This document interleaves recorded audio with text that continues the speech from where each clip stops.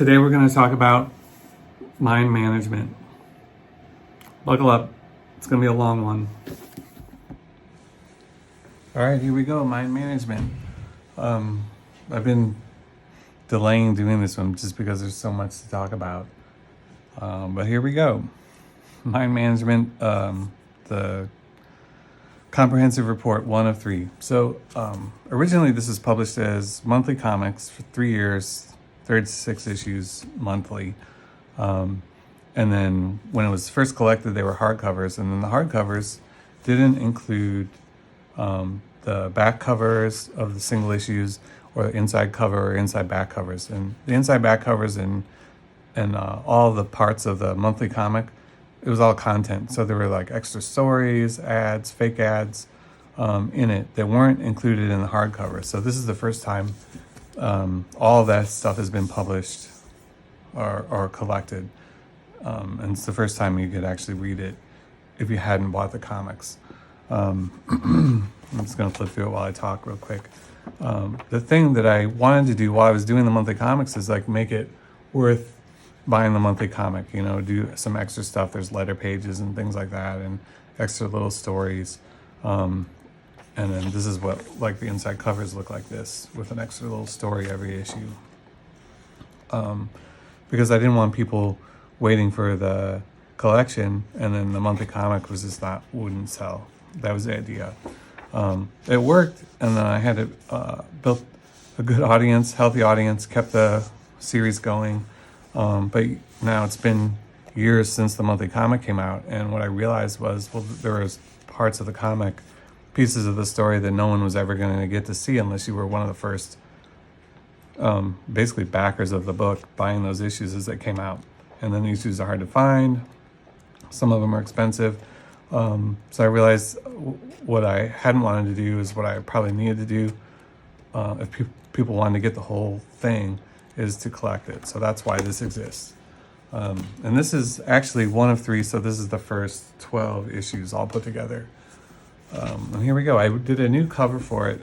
This cover is one that everybody hated except for my wife, Charlene. She got it.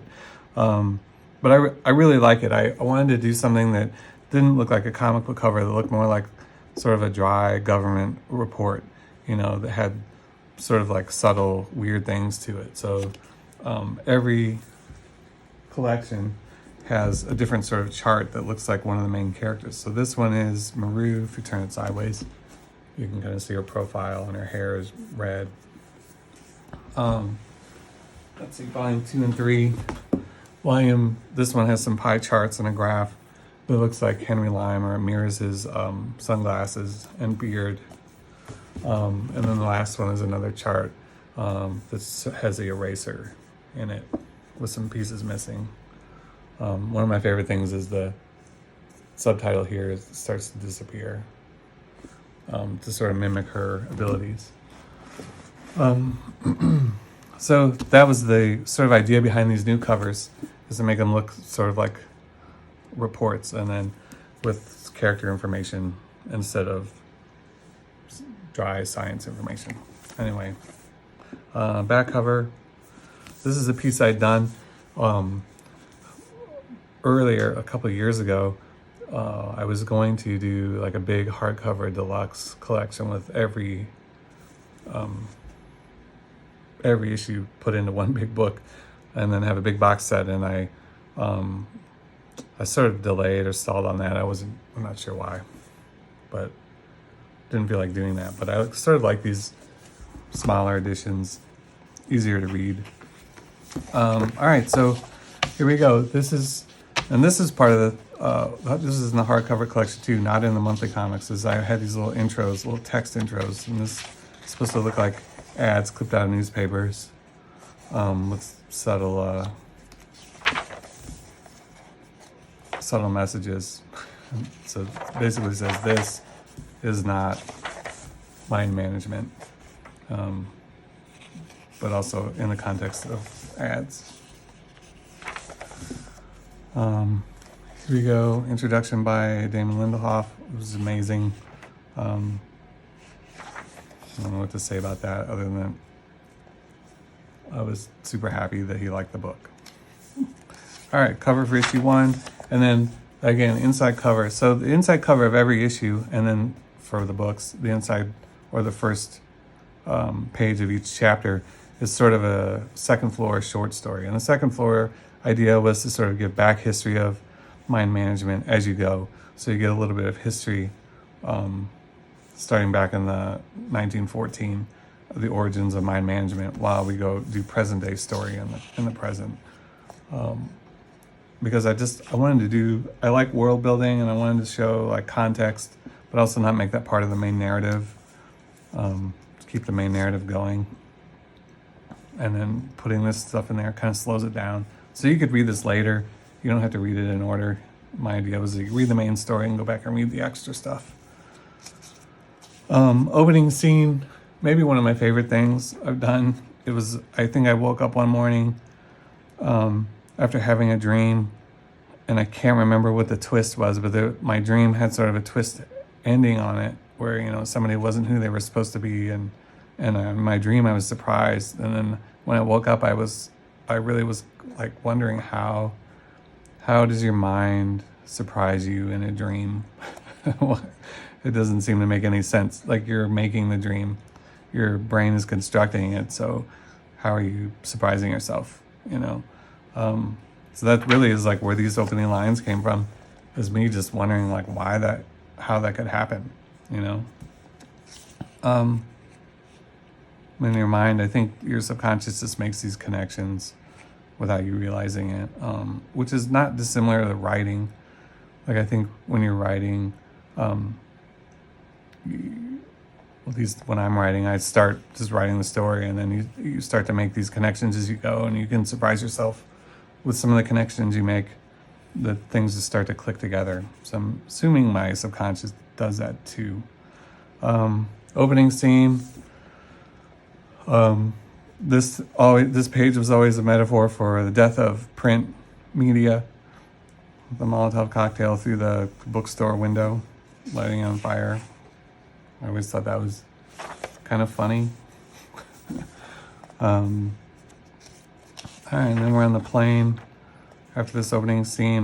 This opening scene too wasn't originally there when I was drawing it. It started here, where we're on a plane, and then weird things happen. They start to lose their memory. And then when I was finished with the issue, I realized that this is kind of a boring way to start a comic book. So I went back and added this whole opening scene where Zanzibar basically goes crazy and self-destructs. This is a way to sort of give action to start the series. Then we get the plane and the landing. There's going to be spoilers in this too, so if you don't want spoilers for the series, maybe I'll just say ahead of time, you just skip ahead a couple of seconds. But there'll be light spoilers. But this is Henry Lime right here. I put him I wanted him in the very first page, which originally this was the first page, because the first half of the book is Maru, the main character, trying to find him. And so I thought it'd be fun to sort of have him in there from the beginning without you knowing it. Here we go. Maru wakes up. She's trying to figure out what to do. Something's kind of wrong. Her life's a mess.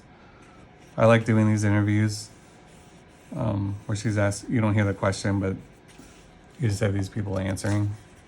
Kind of reminds me of 8 Ball. One of my favorite things that Dan Clowes did in 8 Ball was back cover interviews with people. It would just be a normal person. There would be questions and they would answer them. That was kind of funny and weird. Bookseller. Steep Street was probably from after we got back from San Francisco. Here we go. We see Bill Falls, the character Bill Falls, for the first time. Sort of watching Maru, and then we see this character who's really just me. I die later. Bill's partner. Government agents. So we slipped them in early too. Oh gosh. And then she's going south to try to find Henry Lime. My character goes in the bathroom, gets killed. I always think it's funny Every time I've appeared in a book, I like to kill myself off, which my wife doesn't appreciate, but I think it's kind of funny. And then here we go, Bill Falls.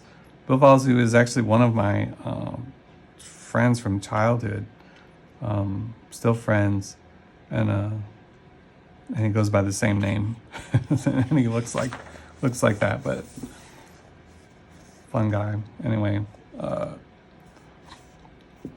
right, here we go. We were saying the first issue, and I really want to have this big moment in this church with all these pots, and you realize that this is crazier than you might think, with all these people painting this weird symbol on all these pots, which this symbol ends up showing up later. There's a lot of things I seeded very early on because I felt like if I don't put those in early, it may seem arbitrary. It's kind of fun to plant little seeds that don't pay off for like 200 more pages. I was trying to really write something where people would want to reread it. When you're done, you want to go back and read it again and then get more out of it. The other thing I should address here is there's small text on the sides of each page, here and here, and the top is the same. The sides are different. And what happened there was I wanted to add some value to every issue as they came out and make it something where you don't just read one issue in 10 minutes and then you're done. So I added this extra text to sort of incentivize you going back and reading it again and again. This idea I'd first done in a book called Revolver that Vertigo published, and I had text running across the bottom, which is like a news ticker. This is more like the mind management handbook, like rules and things, tips on how to be a good agent. And I thought that would be fun, and I was really just going to do that for the first 6 issues and then stop doing it. But when I got to issue 7, the response to that was so good. People liked it, and I also felt like if I didn't keep doing it, I would be lazy. And so everything I did in this book was to try to do as much as I could and work as hard as I could and put as much as I could into it. So I end up continuing that for the whole series. And it was tricky to make every piece of text on the side fit what was happening on the page, but also be more general, like mind management handbook information. The design of this came about because when I was scanning in the art, I had left this blue stuff up here, which any comic book artist recognizes as like guides, printing guides and everything that just get deleted for print. But it was on my file, and I thought I kind of liked the look of it, so I just left it on there, and it ended up being on every page for the whole book. So this top text never changes. This is like standard text that's on all the original art. And then the side text is all that changes. This is the end of the first chapter, so I really like comic issues and chapters that end quietly. So I like this quiet moment of them just following them out the window into the next issue. It's one of my pet peeves is ending an issue or ending a chapter where you turn the page and it's a big splash page with a new character you haven't seen or some kind of like crazy cliffhanger. I feel like that gets done so much that I try to make a conscious effort to not do that as much as possible and do sort of more quiet endings that sort of make you think going forward. All right, at the end of every issue or chapter, there's also a little separate file, and each file focuses on one character who eventually we're going to see or we've already seen. So here we go, the futurist, and it's sort of, I wanted to explain like how mind management worked, but also like all the different abilities that these agents have, and the varied possibilities for like how you can use your mind and these mind powers. This is a way to sort of create new characters, seed characters that we're going to see later, and sort of build out the world again. And every issue of the original comic had a back cover with a fake advertisement. So all these I designed to look like ads, but there's all kinds of secret fun little text here and little secret messages. I believe if you put all of these together, there's a big code word on here that unlocks something on the website, which is impossible in the book unless you tear these pages out. But if you had the original issues, you could line them all up and it would give you the secret code word. So lots of stuff hidden in every page. If I actually went through every secret thing in here, this video would be hours long. So I'll try not to do that. Issue 2, I had fun with the covers. For me, the designing of the covers is one of my favorite parts. And every issue is fun trying to figure out what to do, how to make it different, or do something sneaky. This one is Stitches. There's words hidden in his stitches to sort of reflect his mindset. All right, and I'll go a little quicker now that you kind of see the pattern I've set up, which is history of mind management here, these second floor stories. And second floor, it's called that in my mind, 2 reasons. Within the comic, there's what's called flux safe houses, which are like these places where agents can go when they're hiding out. And I like the idea of there being a second floor that has all the history of mind management, but also second floor, sort of a metaphor for your brain. So if your body's a building, your head is the second floor. Here we go. We were introduced to the immortals, who have mind over body and can heal themselves over time. It's kind of a fun idea that I would push as the series went on. And I was really conscious of, I didn't want this to be a superhero book or something like the X-Men where everybody has these powers. I wanted everything to sort of be based in reality, but then turned up. So like your mind, the power of your mind, but sort of logical also, or within the realm of not necessarily possibility, but believability. Here again, we'll see the symbol that was in the first issue, which comes into play later at the end of the series. We'll see why the symbol is important. Henry Lime basically using these as breadcrumbs to bring Maru to him. Perrier, who was a writer, her look of her and everything was inspired by the original editor of this book, Dinah Schutz, who's the original editor, my editor at Dark Horse. So I sort of was inspired by her. I don't think she ever knew that. She ends up flipping off the balcony here. Don't worry, she has a twin. So there's 2 of them. She's typing this. This is inspired by Jack Kerouac's, his sort of writing style, which is putting a scroll in the typewriter and just keep typing. Let's see. Chasing, action. Try to build a little action in every issue. This is Duncan, who we first saw at the end of issue 1 as the futurist. We sort of see him in the background here, not wanting to get involved. And then 2 sisters. This is the Perrier twins, who we just saw one of. Sort of their backstory. Also, 2 sisters is probably a play on one of my earlier books called 2 Sisters. They write these sort of subversive novels.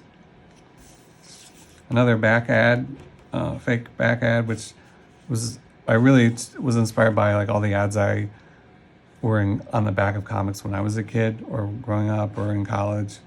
There's always like video games and acne medicine. All right, cover 3. Again, trying to work some subliminal images in here. This is a hard one. I did a lot of Photoshop work. It's all pencil and then a lot of Photoshop to try to make that work.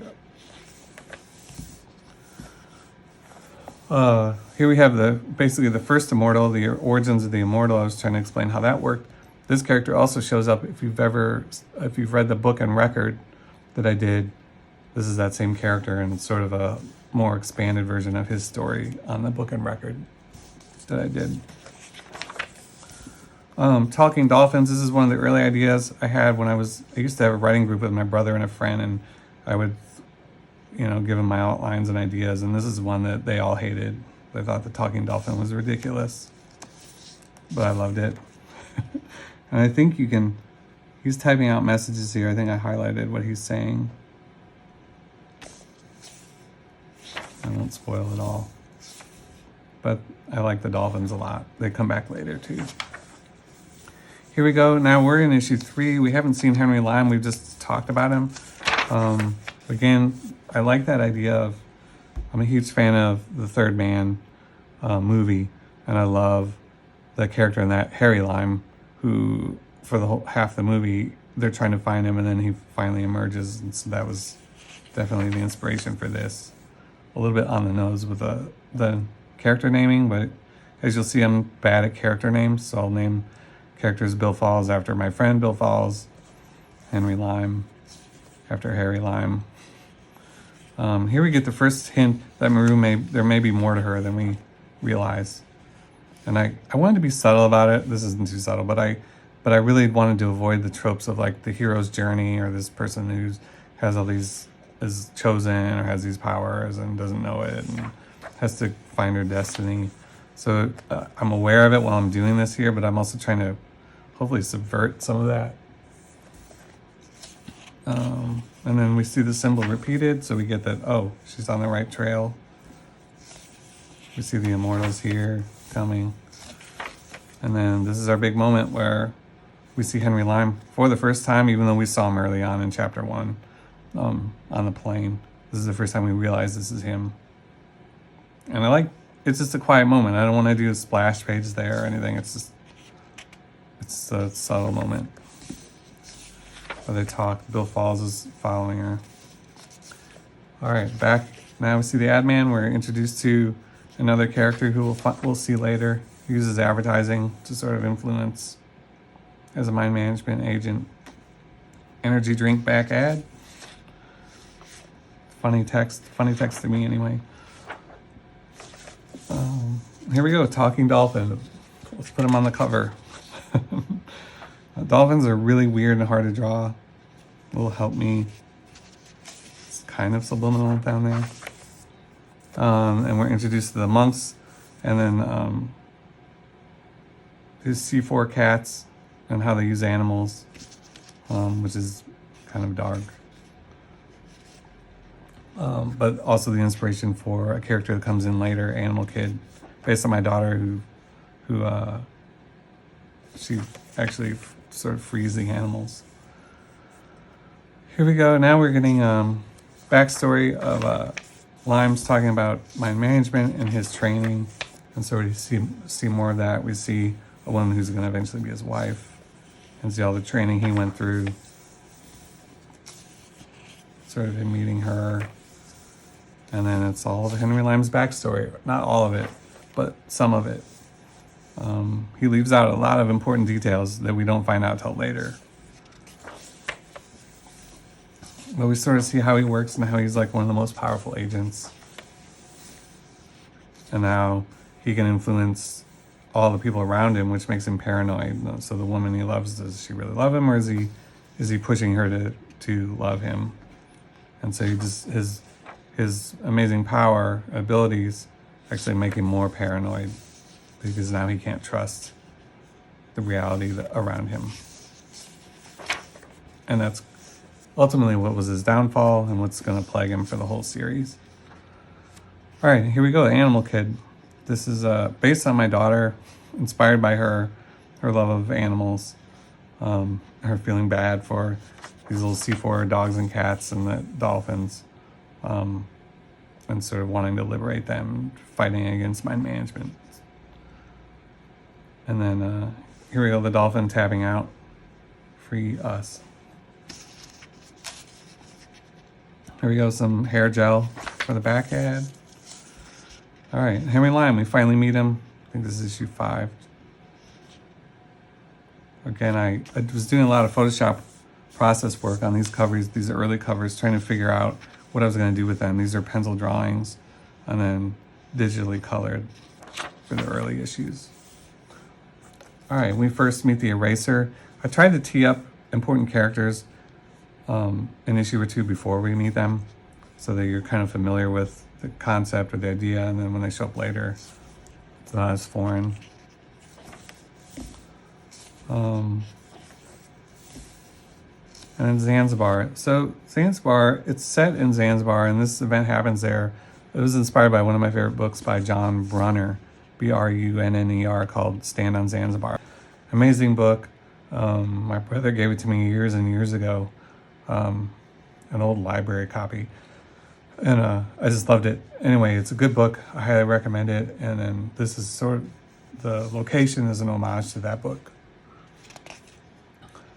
All right, so we see Lime paranoia growing, and really I wanted, like what he's going through and the paranoia and not trusting, something I wanted to see through the whole series. So the whole thing, I wanted you, when you're reading an issue or you're looking at a chapter or this text on the side, it's all supposed to sort of like work on your subconscious and make you doubting what you're reading, doubting the characters, doubting what you're seeing, doubting what kind of comic book this is, doubting characters you think you may know and what they're really like. And then we have a callback to the first issue, and we see that Lime's connection to the things we'd already seen as he walks through it all. And some crazy, I mean, this stuff is the most fun to draw, probably, all the action. Everything you see is ink on paper, watercolor paper, and then I painted it. All lettered in Adobe Illustrator. And then design and InDesign. We see the first immortal, or we see the Immortals. We see how that guy got his scar. Permanent scar, apparently, because Lime was involved. And then we see this kid who's Maru for the first time. That was one of the things I wanted to tease, the idea that maybe Maru is Lime's daughter.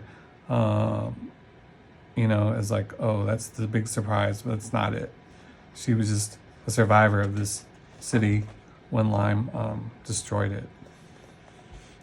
And so he sort of takes her in, and then she's sort of a living embodiment of the guilt he feels. So in a way, he's sort of a surrogate father. The archivist, this is one of my favorite things. The monks who I put in here observed all of history, and they record it in books. And I love this idea of having a library that's full of all facts, all of history, that's completely objective, that you could go in there and you could read about anything and it would be objective history.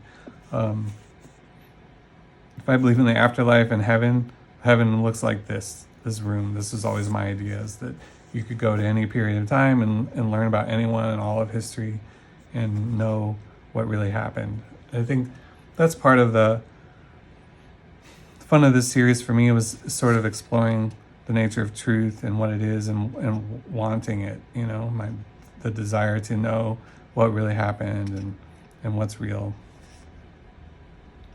Another back ad, and then another cover. This is issue 6, the last of the covers I did like this with pencil and then digital color over the top.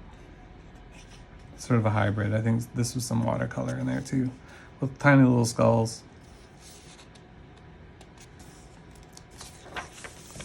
More inside covers. We have the showdown with the Immortals who've tracked him down. And then apparently we see the Immortals die here as they fall into the water.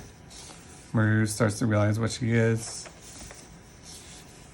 We get how they covered up the Zanzibar and everything Henry Lime did. I'm seeding characters here that aren't going to show up for another 12 issues maybe, or in book 2 and 3. There's the Housewife 5, the idea of these moles that are disguised as housewives. And then a magician character who I wanted to throw in here because it would be fun, I thought.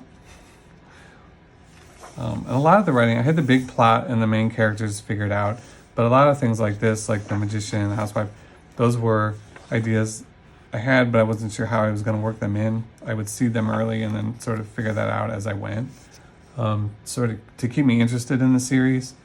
So the big beats I had outlined from the beginning. Some of the smaller characters, the side characters, sort of grew as I was working on it. Just changing eye colors here, indicating he's using his mind powers. And we see Bill drawing one of those things, and we're worried about Bill. Poor Bill.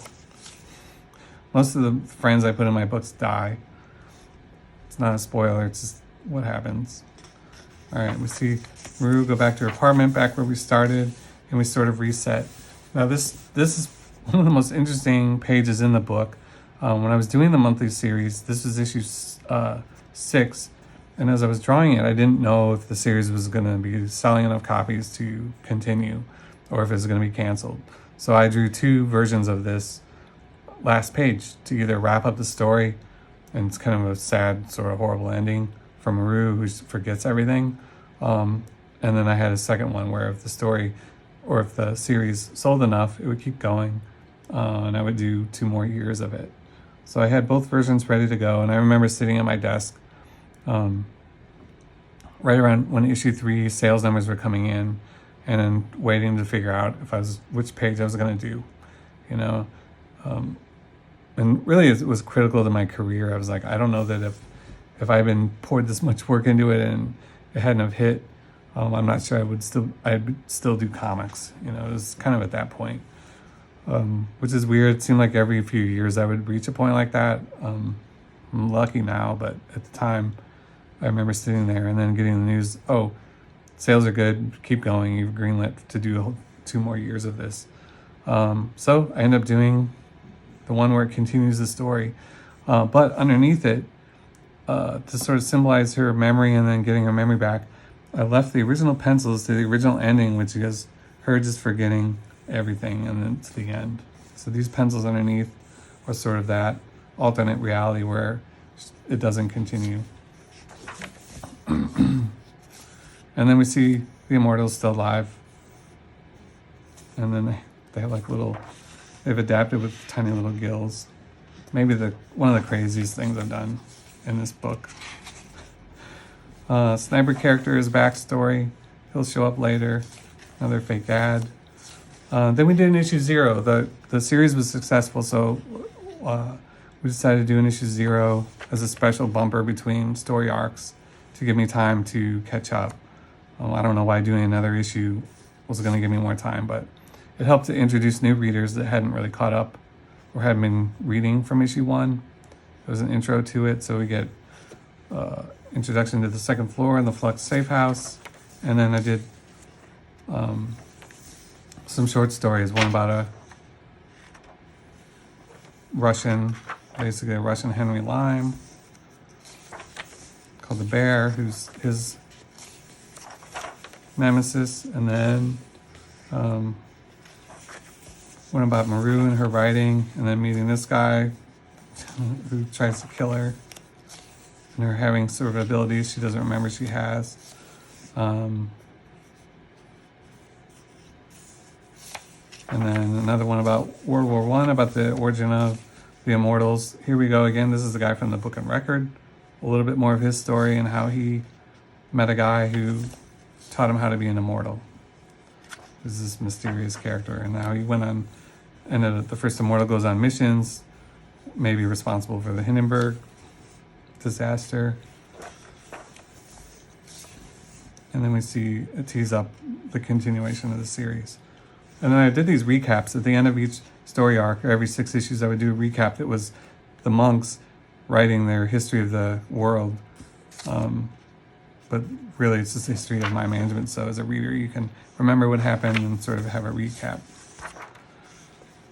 Here's Duncan, the futurist. He was introduced in the first arc, and he was so fun to write, and everybody liked him so much. I just sort of fell in love with his character. I wasn't sure how big of a role he was going to have, but then I started thinking about like all the cool things he could do and how it's impossible for him to kill himself because he can tell what's happening 15 seconds in the future.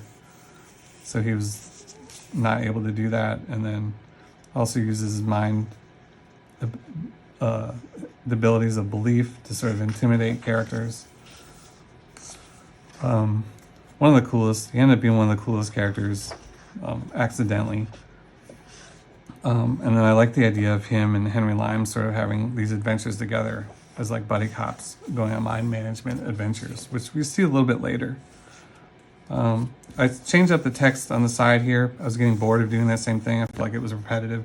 So I started inserting pieces of Maru's true crime novel that she was writing into the sides that sort of tie in.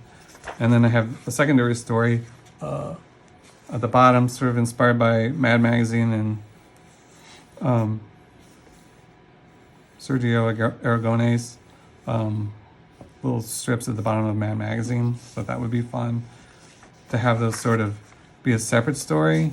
But as you go along, you start to realize that, oh, what's happening down here is actually tying into what's happening above. And so they sort of collide at the end. So you're reading, and you realize that the letter, this sort of letter that can kill you when you read it, is something that this guy gets at the end. So they end up working together. So as I was going along, I just, the issues got more and more complex. I have a story going on here, side text, and then the main story, all sort of tying together. And then one of the few times I end on a splash page, but I have all these subliminal messages in there. Keep moving, leave now, fly away, all sort of embedded in there. That's not even the end of the issue. That was just them leaving town. So Maru and Lime on the run. Then we get introduced to the Hulk, who's a character we have seen before, but his identity, you don't know who he is here. You find out later, and I won't spoil that. But it's setting up something for later. And then I changed the backs. Instead of the ads on the back, I was getting bored of that. I changed this. The second 6 chapters are questionnaires that mind management gives you. So it's questionnaires and then characters actually answering the questions. Kind of had fun with that. This cover was, I don't know how great it is, but it was fun to do. There's a previous issue's cover hanging there. There's a secret message down here.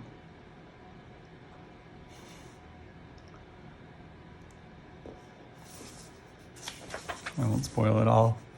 This is my homage to Rob Liefeld and all pouches and on characters. But I like the idea of a character who was so lucky she could just reach into her pouch and she always had what she needed in it.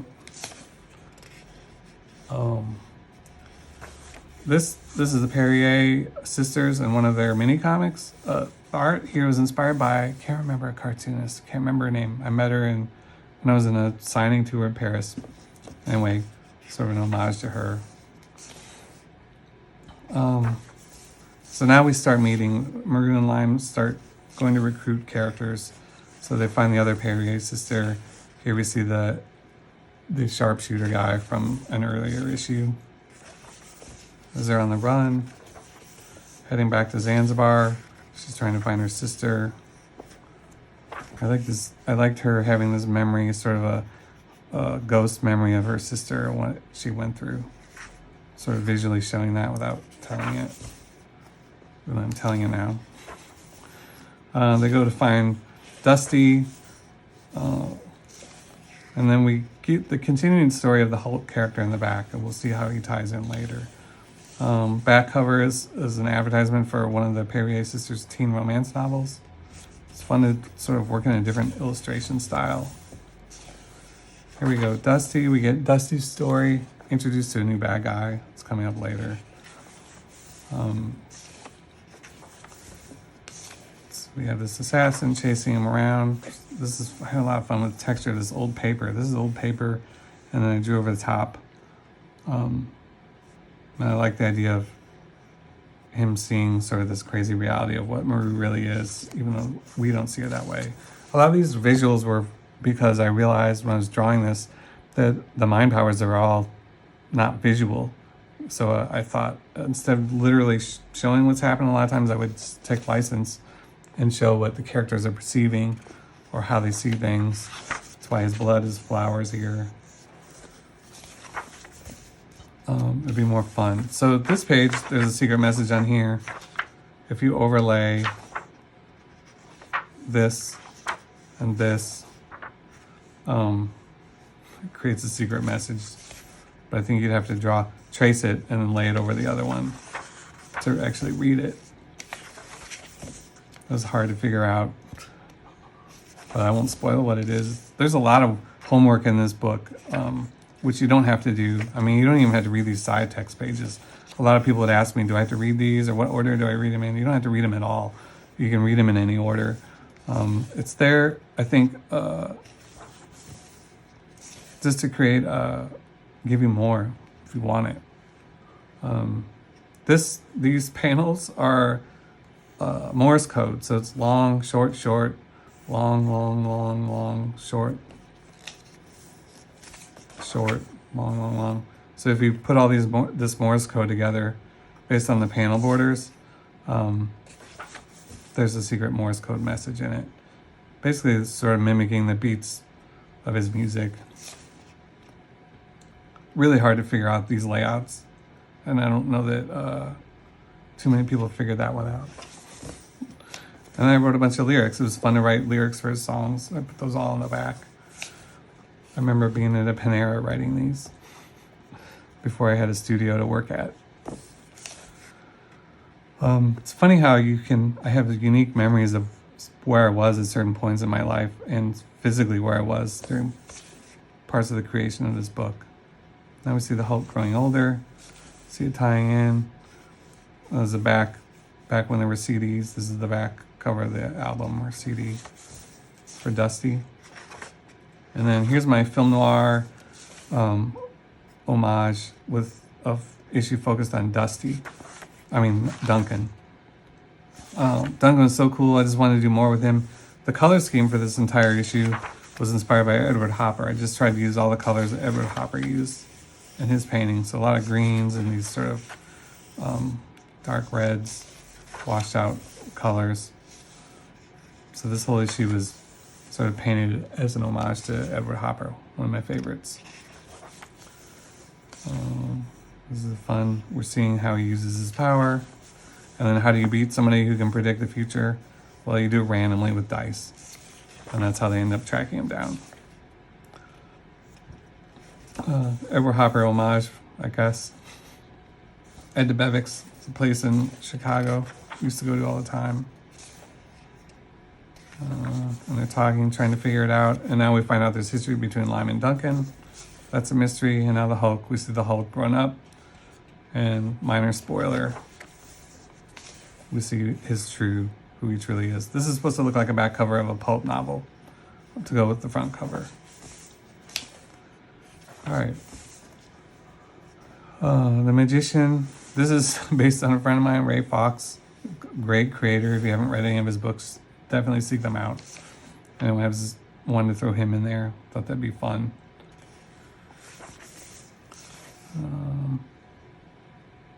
And I like doing these long vertical layouts sometimes from her point of view and then from his point of view. Duncan goes into prison. It's a Mini Cooper driving around. Here we get a little sneak preview of the very end of the series. And this is the upside down pyramid that's going to be the big headquarters that the Eraser's building. So we see it early on in the early stages. There's some references here to different characters from different books. Giant Man Program, reference to 3 Story. This is an homage to The Sixth Gun, Cullen and Brian's amazing book. And I just wanted to really draw this big old statue in these underground caverns. Just because it was fun. More allusions to the end of the series there in the background. And I like the idea of using the process of comic books to sort of show how the eraser's power works to eliminate memories. So this is like what pencils look like, and then layouts as she erases memories. There we go. Had fun with snow and dropping the panel borders to make it lighter. And then we see Shangri-La, the original headquarters of Mind Management. So we get a little bit of backstory there. It's fun doing these layouts. I did pencils there. Again, mirror of what the future headquarters is going to look like as an upside down pyramid. And then we see the library for the first time in real life, not flashbacks. Bad guys show up. Little backstory of Bill Falls. This is a fake ad I did. This is Ella, my daughter, posed for both of these, and so I drew this as like a fake ad for a board game. years and years before we actually came up with the mind management board game. It's just funny in hindsight. All right, new set of covers. I was trying to play with the logo, play with different layouts, just try to have fun with these. I thought it'd be fun to do sort of a black and white cover, just barely any color. More field guides, more history, a lot of references in here. I think there's a reference to From Hell. I can't even keep track of all of the references in here. Some of it real, some of it fictional. PK Verve is a character from Revolver, shows up here for the first time.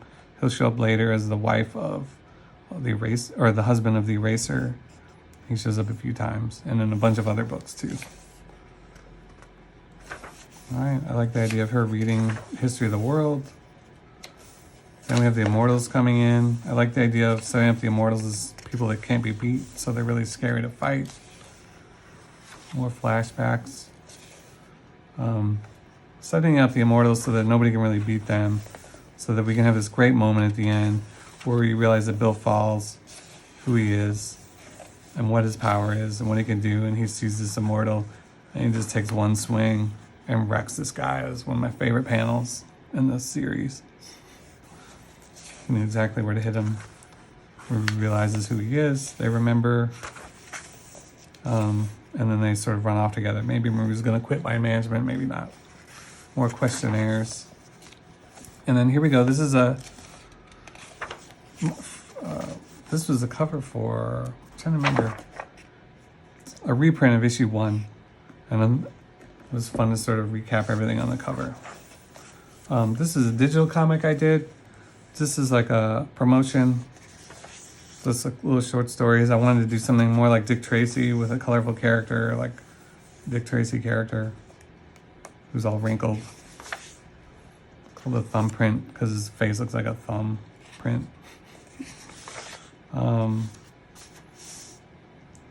Great variant covers. This is the original ad, which is art for the pitch. This is more from the pitch, I guess, or promotion. I think I did these for PR, just character sketches and describing what they are. And then in the back, pencils of those early issues, their first issue, opening scenes. These were my pencils. A lot of them in here. But that's as tight as I pencil. I don't like the pencil too tight because it makes it boring to ink it. So I like to stay actively engaged while I'm inking. But it gives you a sense of that. This is the thing I did as like a convention giveaway. It was a connect the dots, but there's like 800 dots on here. And when you do it, there's 2 images. There's the image that you draw, and then there's like a secret message if you connect different dots. That was so hard to do that. Anyway. All right, that's it. That's Mind Management Volume 1. Let me know in the comments if you have any questions or if there's anything you couldn't figure out. If you want me to do Volume 2 and 3, I will do them. Just, again, leave a comment. Let me know. Thanks for watching. Appreciate it.